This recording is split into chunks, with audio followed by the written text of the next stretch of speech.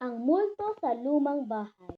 Isang gabi, pauwi na si Carlo nang mapadaan siya sa isang lumang bahay na magtagal nang walang nakatira. Bakit parang may ilaw sa loob? Akala ko ba walang nakatira rito?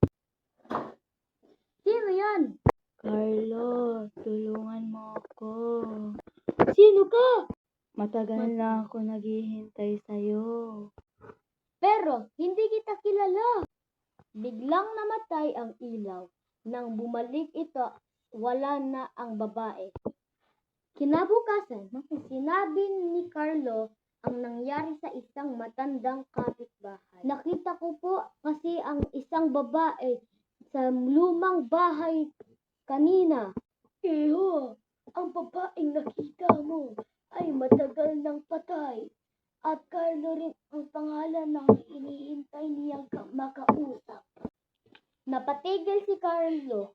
Mula noon, hindi na siya muling dumaan sa lumang bahay. Wakas!